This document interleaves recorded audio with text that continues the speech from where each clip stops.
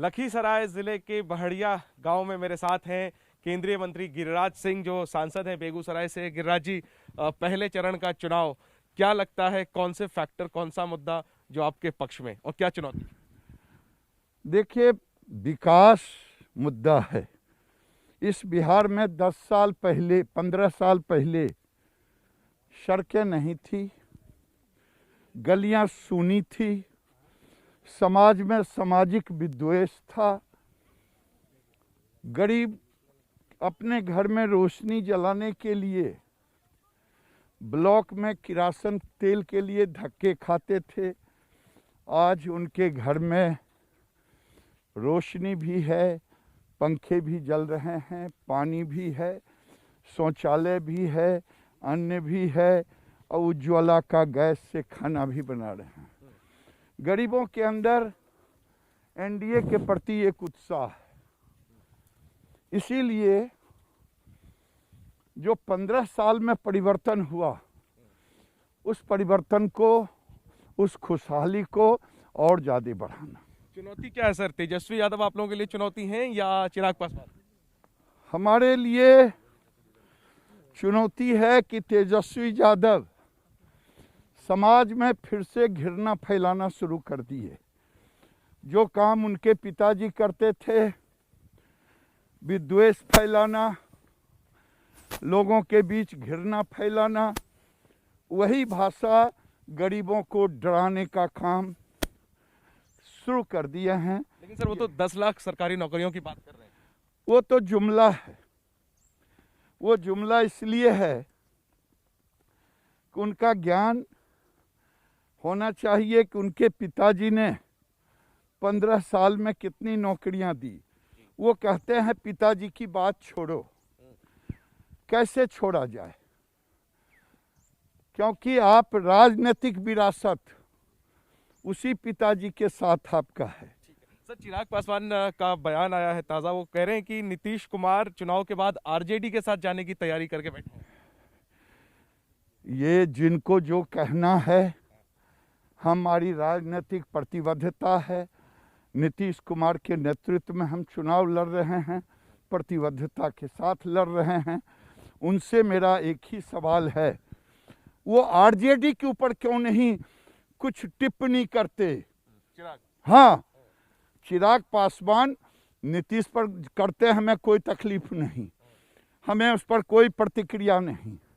लेकिन चिराग पासवान तेजस्वी यादव और कांग्रेस पर क्यों नहीं बोलते, ये भी जनता जानना चाहती है। वो तो कह रहे हैं कॉन्स्पिरेसी थ्योरी है उनकी कि नीतीश आरजेडी के साथ जा सकते हैं नतीजों के बाद। उस पर आप क्या उनको जवाब? देखिए, पहले इसका जवाब देना। हाँ। वो तो कम से कम खुल करके एनडीए का नेतृत्व कर रहे हैं, और ये कह रहे हैं कि हम नरेंद्र मोदी के हनुमान हैं, और आरजेडी पर और कांग्रेस पर जुबान बंद है। ठीक है सर, 2 सवाल और मैं पूछूंगा। सुबह सुबह मंदिर से आप आ रहे हैं, तो किसके लिए प्रार्थना किया आपने? नीतीश बाबू के लिए प्रार्थना की? देखिए, समाज के लिए प्रार्थना किया कि जो काम गरीबों के लिए एनडीए सरकार, प्रधानमंत्री नरेंद्र मोदी, मुख्यमंत्री नीतीश कुमार कर रहे हैं। गांव में ये सड़कें 15 साल कभी आप देख नहीं सकते थे कि ये सड़कें इस गांव में हो सकता है। तो इन सड़कों के लिए, इस खुशहाली के लिए, ये सामाजिक समरसता के लिए, तो ये इसी के लिए प्रार्थना कर। और आखिरी में सर, नीतीश जी की जो पिछले दिनों में भाषा हमने सुनी है, वो कई बार मर्यादा तोड़ते हुए नजर आए हैं। वैसे नीतीश कुमार पहले कभी नजर नहीं आए जिस भाषा में वो आजकल बात कर रहे हैं। भाई,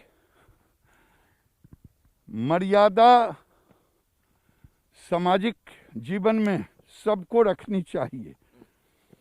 तो जो लोग, कई लोग मर्यादा तोड़ रहे हैं, मर्यादा नहीं टूटनी चाहिए। उनको भी लोग गालियां दे रहे हैं नीतीश कुमार को, वो भी नहीं होनी चाहिए।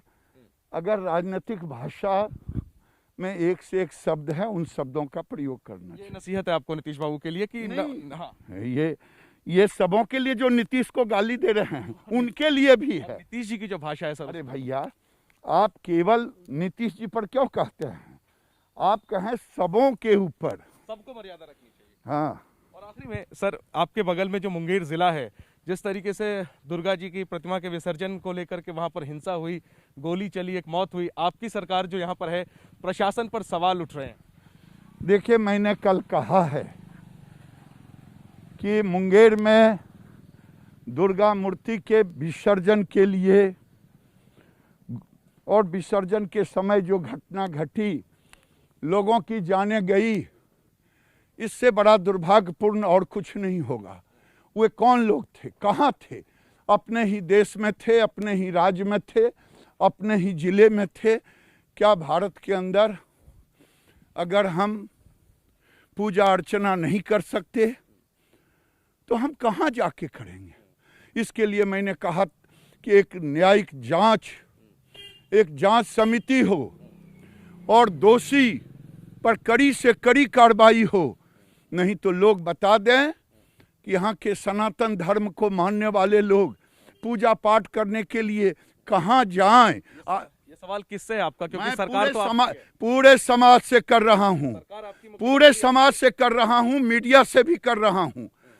इसलिए कि आज से 40 साल पहले इसी गांव में घूमता था, कहीं कोई विद्वेष था। इन राजनीतिज्ञों ने वोट के खातिर समाज में विद्वेष पैदा कर दिया। घटना राजनीतिक है जो घटना हुई है, जो हिंसा हुई है? बिल्कुल, विपक्ष भी उसमें एक साझेदार है। ये लोग चाहते हैं, एक नया शब्द आ गया है, सेकुलरिज्म।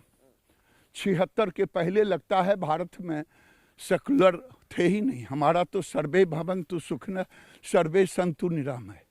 फिर भी हम पर ये प्रश्न, मेरी पीड़ा है, हम कहाँ जाएं अब भारत छोड़ करके। जो एसपी है वहाँ की, वो बेटी है जेडीयू के एक बड़े नेता की, उनको लेकर के सवाल उठ रहे हैं।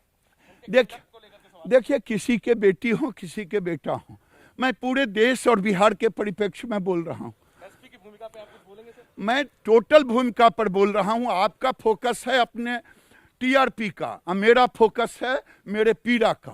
ठीक है, हम आपकी पीड़ा को सामने लाने के लिए आपसे सवाल पूछ रहे थे। तो गिरिराज बाबू, दिग्गज नेता, बेगूसराय से सांसद और मोदी सरकार में मंत्री, पहुंच चुके हैं मतदान करने के लिए अपने बूथ पर, और उसके पहले पहुंचे थे मंदिर माता का आशीर्वाद लेने के लिए, और तमाम सवालों पर खुल करके हमसे बात की। उन्होंने कहा कि उन्होंने आशीर्वाद मांगी है कि जो कामकाज बिहार में हो रहा है एनडीए के नेतृत्व में, नीतीश कुमार के नेतृत्व में और ऊपर प्रधानमंत्री के नेतृत्व में, वो उसी तरीके से अनवरत बना रहे, वो उन्होंने आशीर्वाद मांगी।